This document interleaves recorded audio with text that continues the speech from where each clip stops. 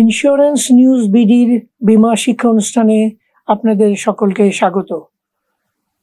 আজকে আমরা স্বাস্থ্য বীমার মতো একটি অত্যন্ত গুরুত্বপূর্ণ বিষয় নিয়ে আলোচনা করব। কথায় বলে হেলথ ইজ ওয়েলথ, অর্থাৎ স্বাস্থ্য সকল সুখের মূল। স্বাস্থ্য সকলের মৌলিক অধিকার। কথা বললে হয়তো বেশি বলা হবে না যে বাংলাদেশের বর্তমান স্বাস্থ্য ব্যবস্থা অত্যন্ত দুর্বল এবং ভঙ্গুর।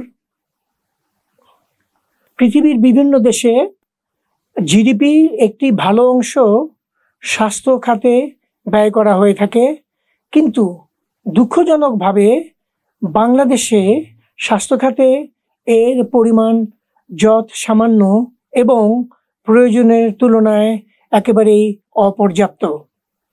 স্বাস্থ্য খাতের প্রকৃত উন্নয়নের জন্য এই বরাদ্দের পরিমাণ বহুগুণ বৃদ্ধি করা প্রয়োজন। সরকারি খাতে স্বাস্থ্যসেবার অনেক দুর্বলতা রয়েছে এবং সেই সাথে অনেক সীমাবদ্ধতাও রয়েছে। এই অবস্থার উন্নয়নের জন্য সরকারকে আরও অনেক সংখ্যক হাসপাতাল, ক্লিনিক ইত্যাদি ফ্যাসিলিটির ব্যবস্থা করতে হবে। অনিয়ন্ত্রিত বেসরকারি স্বাস্থ্যসেবা এতটাই ব্যয়বহুল যে সাধারণ মানুষের পক্ষে এই ব্যয় বহন করা একেবারে অসম্ভব ব্যাপার।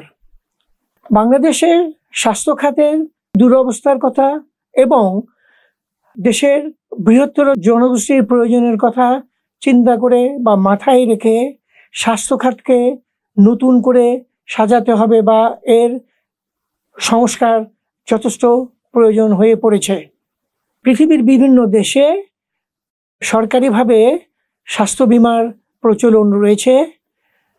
বাংলাদেশে স্বাস্থ্য বীমা নিয়ে এই যাবৎ অনেক কথাবার্তা হয়েছে, কিন্তু বাস্তবে তার কোনোই কার্য আমরা দেখতে পাই না।